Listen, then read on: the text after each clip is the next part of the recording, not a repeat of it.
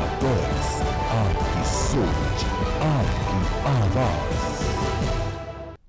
नमस्कार, खबर India voice में आप सभी का स्वागत है। मैं हूं आपके साथ प्रज्ञा मिश्रा। बुलेटिन की शुरुआत करेंगे बड़ी और अहम खबर के साथ। तो सबसे पहले बात कर लेते हैं इस वक्त की बड़ी खबर देहरादून से आ रही है, जहां सीएम ने जनहितकारी योजनाओं की घोषणा की है। सहसपुर क्षेत्र में विकास की नई सौगात जो है वो दी गई है। मिट्टी बेरी परवल मार्ग के चौड़ीकरण का शिलान्यास सीएम द्वारा किया गया है। चौड़ीकरण से यातायात व्यवस्था जो है वो मजबूत होगी, लोगों को बेहतर कनेक्टिविटी की सुविधा मिलेगी। तो उत्तराखंड के मुख्यमंत्री ने सहसपुर क्षेत्र में जनहितकारी योजनाओं की घोषणा की है और विकास की नई सौगात दी है। आपको बता दें, इस अवसर पर मिट्टी बेरी परवल मार्ग के चौड़ीकरण का शिलान्यास किया गया है। चौड़ीकरण का कार्य पूरा होने के बाद क्षेत्र की यातायात व्यवस्था और सड़क सुरक्षा में भी सुधार होगा। स्थानीय लोगों को बेहतर कनेक्टिविटी की सुविधा मिलेगी, जिससे शिक्षा, स्वास्थ्य और व्यापार के अवसरों तक लोग आसानी से पहुंच सकेंगे। मुख्यमंत्री ने आगे ये भी कहा कि परियोजना क्षेत्र के समग्र विकास और जीवन स्तर में सुधार के लिए महत्वपूर्ण कदम है। प्रशासन ने भी सुनिश्चित किया कि कार्य समयबद्ध और गुणवत्ता के साथ पूरा किया जाना चाहिए।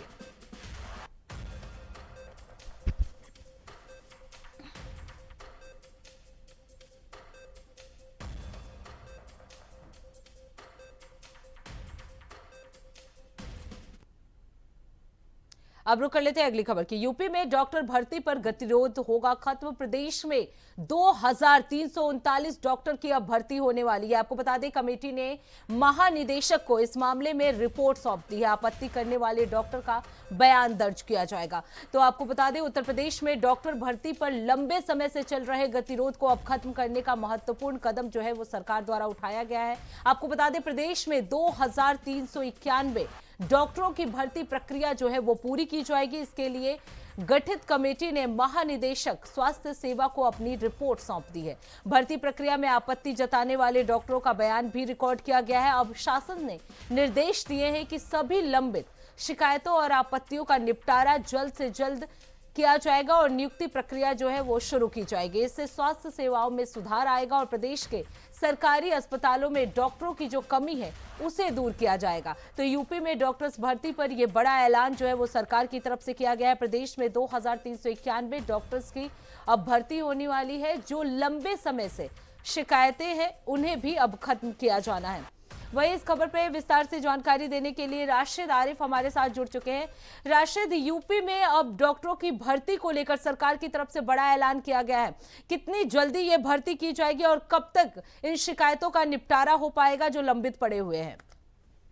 नहीं, बिल्कुल देखिए, आपको बता दें, उत्तर प्रदेश में जिस तरह से देखिए नौकरियों को लेकर सरकार लगातार जो है नई नई भर्तियां निकाली, उसी को लेकर डॉक्टरों की भी अब भर्ती होना है। मुख्यमंत्री योगी आदित्यनाथ ने ऐलान किया था कि 10,000 से ज्यादा जो है वो डॉक्टरों की भर्ती होगी। उसी पे अखिलेश यादव ने, विपक्ष के बड़े नेता हैं, उन्होंने एक आरोप भी लगाया था कि सरकार बस नियुक्ति निकालती है लेकिन देती नहीं। लेकिन आपको बता दें कि देखिए डॉक्टरों की 10,000 की नौकरी निकलने का जो मामला है वो जल्दी सरकार जो है वो सामने लाएगी। देखिए, आपको बता दें कि उत्तर प्रदेश सरकार ने 16,000 नौकरियों की बात की थी। उसके बाद में तमाम सेक्टर को मिला के एक लंबी भर्ती प्रक्रिया की बात भी सामने आई थी। वहीं डॉक्टरों की जो भर्ती है वो 10,000 कम से कम डॉक्टर जो है पीएचडी सीएचडी में नियुक्त किए जाएंगे। देखिए, ये एक बड़ा जो है डॉक्टरों के लिए निकाला गया है। दूसरी चीज आपको बता दें कि उत्तर प्रदेश में भर्तियों को लेकर सरकार लगातार जिस तरह से गंभीर ये माना जा रहा है कि 10,000 डॉक्टरों की भर्ती जल्दी होगी। स्वास्थ्य मंत्रालय को ये जो है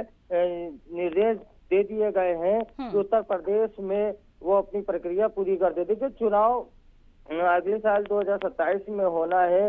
उसी से पहले कहीं ना कहीं डॉक्टरों की नियुक्ति भी करना है जो खाली पड़े पद हैं। बिल्कुल राशिद, क्या इस मामले में भर्ती प्रक्रिया में जो आपत्ति जताने वाले डॉक्टर हैं उनके भी बयान दर्ज किए गए हैं, उनकी भी शिकायतें सौंपी गई हैं कमेटी को?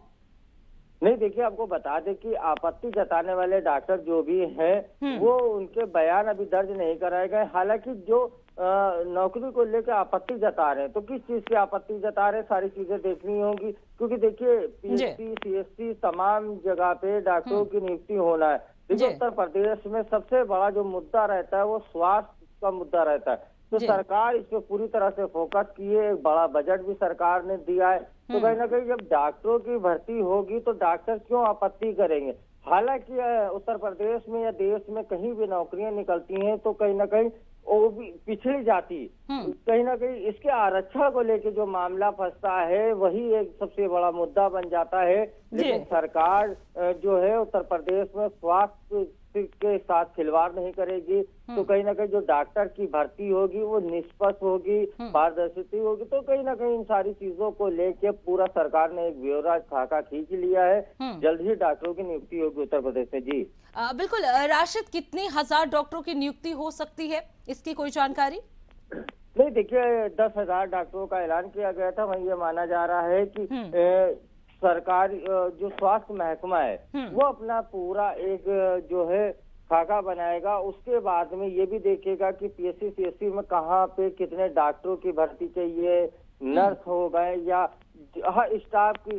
तो देखिए स्वास्थ्य विभाग में तमाम चीजों को देखने के बाद में ये भर्ती जो है की जाएंगी। लेकिन ये माना जा रहा है कि स्वास्थ्य विभाग में बम्पर भर्ती होंगी। उत्तर प्रदेश सरकार ने जो स्वास्थ्य को लेकर लक्ष्य रखा है वो जल्दी ही पूरा होगा। जी बिल्कुल राशिद, डॉक्टर्स के लिए ये बड़ी उपलब्धि मानी जा सकती है क्योंकि जल्द ही बड़ी भर्ती जो है वो सरकार की तरफ से की जानी है। राशिद, आप बने रहिएगा, आगे भी आपका रुख करेंगे। अब रुक कर लेते हैं अगली खबर की। लखनऊ से जुड़ी एक और बड़ी खबर आपको बता दें, यूपी के 1.09 करोड़ मतदाताओं को नोटिस जारी कर दिया गया है। चुनाव आयोग ने 1.09 करोड़ मतदाताओं को यह नोटिस दिया है। 10 दिन में आपत्ति के साथ जवाब देना होगा। नो मैपिंग के 1.04 करोड़ वोटरों को भी नोटिस जो है वो मिलेगा। तार्किक विसंगतियों के लिए 2.22 करोड़ वोटर को भी नोटिस जारी किया जाएगा। चुनाव आयोग ने 3.26 करोड़ मतदाताओं को ये नोटिस देगा। यूपी सीईओ ने सभी जिला अधिकारी को इसके लिए निर्देश दे दिए हैं। सार्वजनिक स्थानों पर मतदाता सूची जो है वो चिस्पा किया जाएगा और उसके निर्देश जो है वो सरकार की तरफ से दिए गए हैं। तो आपको बता दें उत्तर प्रदेश में अब 1.09 करोड़ मतदाताओं को चुनाव आयोग की तरफ से नोटिस जारी किया गया है। 10 दिन के भीतर अपनी आपत्ति के साथ ये जवाब देना होगा। ये सरकार की तरफ से निर्देश दिए गए हैं। नो मैपिंग वाले 1.04 करोड़ मतदाताओं और तार्किक विसंगति वाले 2.22 करोड़ मतदाताओं को भी नोटिस जल्द ही चुनाव आयोग की तरफ से जारी किए जाएंगे। इस प्रकार अगर बात की जाए तो 3.26 करोड़ मतदाताओं को नोटिस दिया जाएगा। यूपी के सीईओ ने सभी जिला अधिकारियों को इसके लिए निर्देश दे दिए हैं। आपको बता दें मतदाता व्यवस्था केंद्रों पर बीएलओ और प्रतिदिन जो है वो उपस्थित रहेंगे। वहीं इस खबर पर विस्तार से जानकारी देने के लिए लगातार राशिद आरिफ हमारे साथ बने हुए हैं। राशिद, क्या कुछ नोटिस जो है चुनाव आयोग की तरफ से दिया गया है?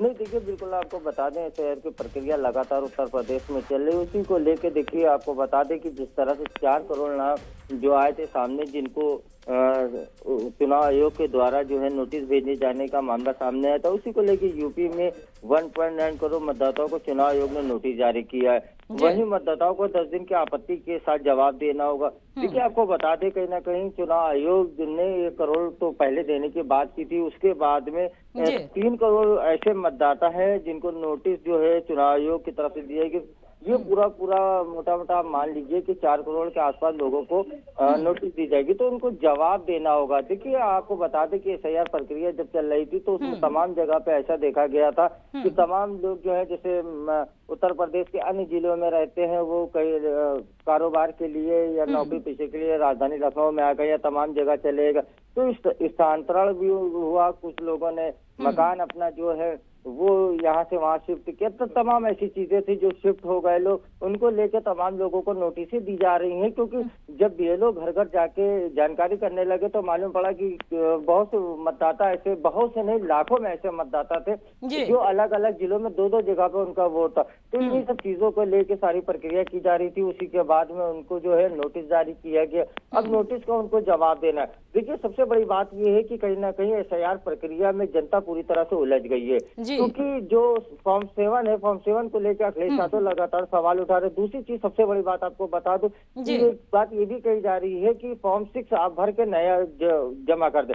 लेकिन अगर फॉर्म 6 की बात की जाए तो फॉर्म 6 में इतनी कानूनी चीजें दे दी गई हैं या 2003 का ब्यौरा भी मांगा गया है पिता का या किसी का, तो जी। अगर तो उसके पास में 2003 का ब्यौरा होगा तो वो नया फॉर्म क्यों भरेगा? उसी के आधार पे जो है वो अपना पुराना भी कर सकता है। तमाम ऐसी चीजें हैं। चुनाव आयोग समय समय पे प्रेस कॉन्फ्रेंस करता है और वो बताता है कि ये प्रक्रिया किस तरह से। देखिए, प्रेस कॉन्फ्रेंस करके जनता को जो बताया जाता है वो जी। बहुत ही आसान रहता है। उत्तर प्रदेश में अगर हम बात करें तो ग्रामीण में तो ऐसे से लोग हैं जिनको सैन तक के करना नहीं आता है, अंगूठा लगाते हैं, उसके बाद में वो प्रक्रिया को नहीं समझ पा रहे हैं। जिस तरह से चुनाव आयोग बहुत सरल तरीके से बता रहा है, पारदर्शिता के तरीके से बता रहा है कि ये प्रक्रिया हो रही, लेकिन आप बताइए बीएलओ जो लगे वो घर घर नहीं जा पा रहे हैं। तो फॉर्म 7 जो है या नोटिस भेजी गई है वो जवाब में अपने क्या लगा के भेजे, किस तरह से भेजे, उनको पूरी जानकारी नहीं मिली। देखिए, उत्तर प्रदेश में एसआईआर जो है वो कराने के लिए कहीं ना कहीं पारदर्शिता लाने के लिए चुनाव आयोग ने कदम उठाया था, लेकिन माना ये जा रहा है कि ये कदम पूरी तरह से इसमें जो है असमंजस की स्थिति बन गई। जनता पूरी तरह से कंफ्यूज हो गई है। पढ़े लिखे लोग वो जो बीएलओ के चक्कर लगा रहे हैं। दूसरी चीज आपको बता दें कि देखिए, सरकार के द्वारा आधार कार्ड को बताया गया है कि आधार कार्ड जो है आपका, ये आपकी पहचान का कार्ड है, आपकी डेट ऑफ बर्थ मानी नहीं जाएगी। फॉर्म 6 में जो है हाई स्कूल के मार्कशीट होना चाहिए, वो उसी के पास होगा जो पढ़ा लिखा होगा। उसके बाद में आप जो है जन्म प्रमाण पत्र मांग रहे। जन्म प्रमाण पत्र आदमी बताइए कैसे बनाए? नया आदमी जन्म प्रमाण पत्र बनाने के लिए आधार लेके जाता है, आधार की मानी नहीं होगी। बिल्कुल राशिद, चुनाव आयोग की तरफ से तो 10 दिन का समय दे दिया गया है, लेकिन जिस तरह आप बता रहे हैं कि पब्लिक जो है वो पूरी तरह से कंफ्यूज है। बहुत ऐसे लोग हैं जो पढ़े लिखे नहीं है, उन्हें सिग्नेचर तक नहीं करने आता, वो जो है वो फॉर्म को नहीं समझ पा रहे। अब देखना ये होगा कि चुनाव आयोग इसको और कितने अच्छे तरीके से लागू कर पाता है। बहुत बहुत धन्यवाद राशिद इस खबर पर विस्तार से जानकारी देने के लिए।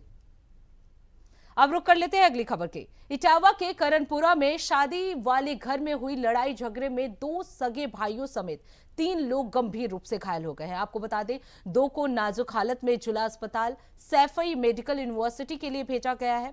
दरअसल शराब के नशे में किसी बात को लेकर घर पर लड़ाई झगड़ा हो गया, जिसकी सूचना मिलने के बाद परिवार के लोग जब घर पहुंचे तो 3 लोग घायल पड़े हुए पाए गए।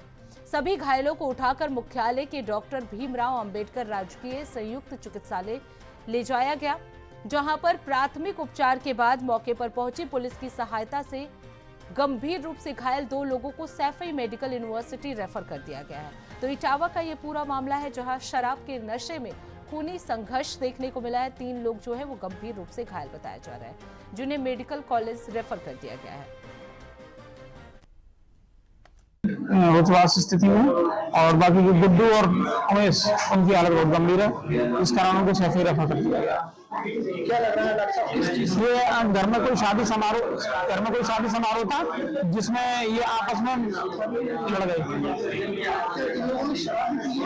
हाँ, तीनों के मुंह से जो है, दोनों जो नशे में है, एक पिंटू बाटम वो तो नशे में है, उसके मुंह से शराब की बदबू भी आ रही है, और जो 2 अन्य लोग हैं उमेश और गुड्डू, उनके मुंह से भी जो शराब की बदबू आ रही है, लेकिन वो बेहोशी की अवस्था में है। तो अब रुक कर लेते हैं अगली खबर की। रांची के चुटिया थाना क्षेत्र में तेज रफ्तार कार ने सड़क पर खड़े 6 लोगों को अपनी चपेट में ले लिया है। आपको बता दें, इस दुर्घटना में एक व्यक्ति की मौत हो गई है, जबकि अन्य 5 लोग गंभीर रूप से घायल बताए जा रहे हैं। घायलों को तत्काल रूप से अस्पताल में भर्ती करा दिया गया है, जहां उनकी स्थिति गंभीर बताई जा रही है।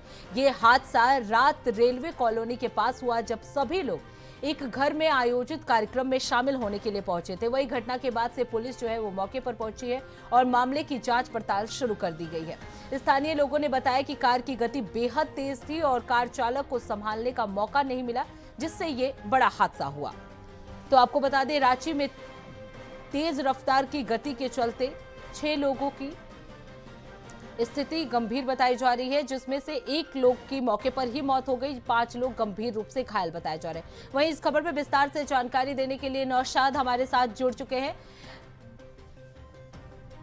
तो आपको बता दें, मौके पर पुलिस जो है वो पहुंच चुकी है, लगातार जांच पड़ताल जो है पुलिस द्वारा की जा रही है। तो रांची में तेज रफ्तार का कहर जो है वो देखने को मिला है।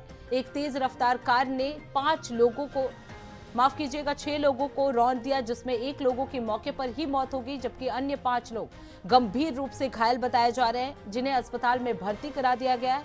और उनका इलाज चल रहा है। वहीं पुलिस की अगर बात की जाए तो पुलिस लगातार जांच पड़ताल में जुटी हुई है। तो पूरा मामला जो है वो रांची का बताया जा रहा है, जहां एक तेज रफ्तार कार का कहर देखने को मिला।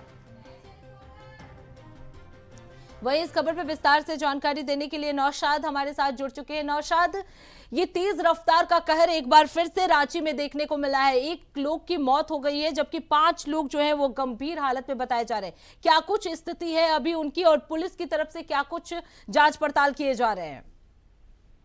देखिए, ये मामला रंजिश से बताया जा रहा है। जिस व्यक्ति की मौत हुई है वो व्यक्ति चालक, जो थार चालक है, जो गाड़ी चालक है, उससे कहीं ना कहीं जान पहचान थी और किसी बात को लेकर कहा सुनी हुई, और उस प्रकरण में उस पे रात में देर रात गाड़ी चलाई गई है और जिससे उसकी मौत हो गई है। इस हादसे में 6 लोग घायल हैं, जिसमें एक रेलवे कर्मचारी है, महिला है, वो भी उसमें शामिल है। तो सबका इलाज स्थानीय एक गुरु नानक अस्पताल में चल रहा है। लेकिन सबसे गंभीर बात यह है कि छोटी छोटी बातों में इस तरह की जो जानलेवा हरकत है वो काफी न गंभीर और चिंता का विषय बना हुआ है। आपने देखा कि कुछ दिन पहले भी तेज रफ्तार गाड़ी में एक पुलिसकर्मी पर भी चढ़ाने की कोशिश की। उससे पहले भी लालपुर थाने अंतर्गत रात में किसी विवाद को लेकर उस पर भी गाड़ी चलाने की बात कही। तो कहीं न कहीं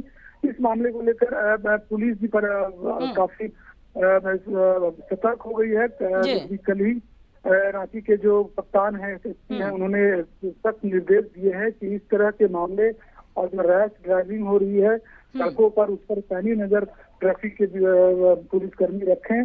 अब जो भी इस तरह की हरकत करता है उसको तुरंत चिन्हित करके। बिल्कुल नौशाद, इस मामले में क्या अभी तक कार चालक को गिरफ्तार किया गया है? बिल्कुल, देखिए, एक व्यक्ति है राजेश नामक व्यक्ति, उसको पुलिस ने हिरासत में लिया है सीसीटीवी फुटेज के माध्यम से। और जो थार है जो अभी सड़कों पर काफी रश ड्राइव होती है सड़कों पर, तो उसको भी दोनों को, चालक और जो गाड़ी, दोनों को थाने में पुलिस ने उसको रखा है और कहीं न कहीं बरामद कर लिया। थार को भी और व्यक्ति को भी है। वो पूछताछ कर रही है कि एक व्यक्ति से आपसे दुश्मनी थी, बाकी लोगों की क्या कसूर था कि जिसको उन्होंने इस तरह की हरकत की है। तो कहीं ना कहीं ये गंभीर विषय है। बिल्कुल नौशाद, ये काफी गंभीर विषय है, क्योंकि लगातार जो है आपसी रंजिश की वजह से इस तरह की घटनाएं जो हैं वो सामने आ रही है। बहुत बहुत धन्यवाद नौशाद इस खबर पर विस्तार से जानकारी देने के लिए। तो फिलहाल रुकते एक छोटे से ब्रेक के लिए, ब्रेक के बाद जल्द लौटेंगे। देखते रहिए इंडिया वॉइस।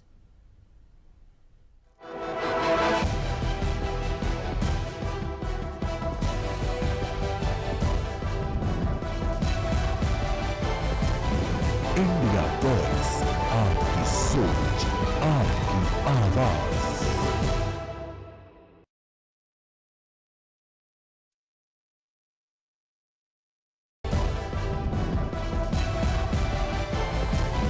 इंडिया वॉइस, आपकी सोच, आपकी आवाज। तो ब्रेक के बाद एक बार फिर आप सभी का स्वागत है। रुक कर लेते हैं खबरों की ओर। बाराबंकी जिले में दर्दनाक सड़क हादसे में 2 सगे भाइयों की मौके पर ही मौत हो गई। आपको बता दें, जबकि एक युवक की हालत गंभीर बनी हुई है। घटना घुंघेटर थाना क्षेत्र के बजगहनी मार्ग पर हुई। जानकारी के मुताबिक इंडस्ट्रियल एरिया से ड्यूटी कर वापस लौट रहे बाइक सवारों को तेज रफ्तार डीसीएम ने जोरदार टक्कर मार दी। टक्कर इतनी भीषण थी कि पीपनगर निवासी 24 वर्षीय अंकित यादव और उनके छोटे भाई विकास की मौके पर ही मौत हो गई, जबकि तीसरा साथी गंभीर रूप से घायल हो गया है और उनका इलाज चल रहा है। वही सूचना मिलते ही पुलिस जो है वो मौके पर पहुंची और दोनों शवों को कब्जे में लेकर पोस्टमार्टम के लिए भेज दिया है। आपको बता दें, फरार डीसीएम चालक की तलाश में पुलिस जुट गई है और आसपास लगे सीसीटीवी कैमरों की जांच कर रही है। घटना से पूरे परिवार में कोहराम मचा हुआ है।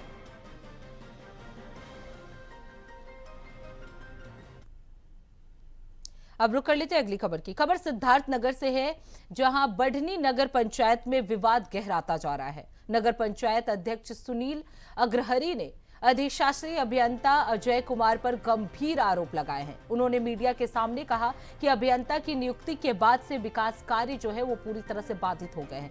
जन्म और मृत्यु प्रमाण पत्र बनवाने में अवैध वसूली की शिकायत भी सामने आई है।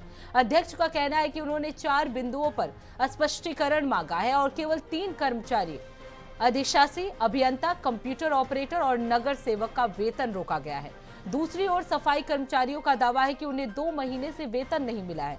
मामले में अध्यक्ष ने मुख्यमंत्री से मिलकर शिकायत करने की बात कही है, जबकि अधिशासी अभियंता ने इस बात में जवाब देने की बात कही है। अधिकारी महोदय यही 10 किलोमीटर बगल के रहने वाले हैं और हमेशा यहाँ से अनुपस्थिति रहती थी इनका उठना बैठना नहीं हो पाता था और 2-2 जगह के चार्ज लेकर के बैठे हैं। हमारे यहाँ विकास कार्य ठप्प है और सफाई कर्मियों को भी इन्होंने भड़काया कि आपकी तनख्वाह चेयरमैन साहब द्वारा रोका गया। मैंने सारे लोगों को बुलाया और मैंने वार्ता की तो उन्होंने कहा नहीं, आपकी तरफ से कोई गलती नहीं, आप भी उनका वर्जन ले सकते हैं। तीसरी चीज, हमारे विकास कार्यों में सबसे बड़े रोड़ा यही है और हमारे नगर पंचायत में कई बार मैंने शिकायत महोदय से किया कि हमारे यहाँ जन्म प्रमाण पत्र में बहुत सारे घोटालेबाजी हो रही है, इसकी जांच कर कार्रवाई करें, मगर आज तक इस पे उन्होंने कोई कार्रवाई नहीं की। इसीलिए आज मैंने प्रेस वार्ता बुलाया। हाँ, तनख्वाह तो 2 महीना हो गया नहीं मिला है, ये तीसरा चालू है। अध्यक्ष के पास गए, चेयरमैन के पास बोला कि शायद तनख्वाह करा दीजिए, तो कहीं 2-4 लोग को रोक के 3 लोग को बाकी हम कर देंगे। अब उसके बाद में ना कोई बात हुआ ना और कुछ हुआ। अब रुक कर लेते हैं अगली खबर की। गाजीपुर में निर्माणाधीन नेशनल हाईवे 124D पर सुरक्षा मानकों की अनदेखी एक युवक की जान पर भारी पड़ गई। आपको बता दें, दुल्हपुर थाना क्षेत्र के जलालाबाद स्थित शहीद वीर अब्दुल हमीद चौक के पास अंडरपास निर्माण के लिए करीब 8 फीट गहरा गड्ढा खोदा गया था। मौके पर न बैरिकेटिंग थी, न चेतावनी बोर्ड और न ही पर्याप्त रोशनी। 11 फरवरी को जलालाबाद निवासी 30 वर्षीय रविंद्र पासवान बाइक से गुजर रहे थे। सामने आ रहे वाहन को बचाने के प्रयास में संतुलन बिगड़ने से वो सीधे गड्ढे में जा गिरे। गंभीर हालत में उन्हें मऊ जिला अस्पताल ले जाया गया, जहां डॉक्टरों ने उन्हें मृत घोषित कर दिया।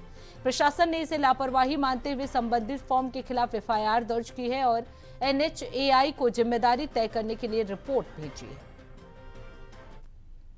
जनपद गाजीपुर में 124D मर्दा से लेकर के सैदपुर तक की एक सड़क परियोजना है, जिसमें जो जखनिया और सैदपुर तहसील से होकर के गुजरती है। इसमें जखनिया तहसील के अंतर्गत दुल्लापुर क्षेत्र में एक वीर अब्दुल हमीद चौक के पास में एक पिलर के लिए एक संबंधित फर्म के द्वारा निर्माण कार्यों के दौरान गड्ढा खोदा गया था, जिसमें एक व्यक्ति की गिरने से मौत हो गई और इसका तत्काल संज्ञान लिया गया। निश्चित तौर पे ये संबंधित फर्म के द्वारा सुरक्षा मानदंडों का पूरी तरीके से अनुपालन ना करने के कारण हुआ और जिसका संज्ञान तत्काल लेते हुए दुल्लापुर थाना में फर्म के खिलाफ सुसंगत धाराओं में FIR भी, अभियोग भी पंजीकृत करा दिया गया।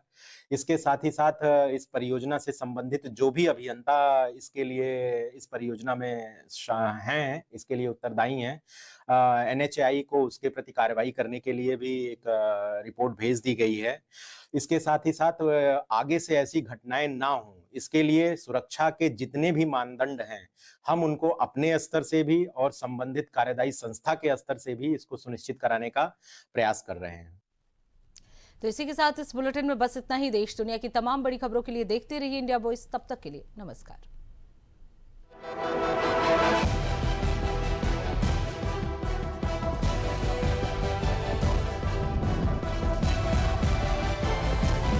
इंडिया वॉइस, आपकी सोच, आपकी आवाज।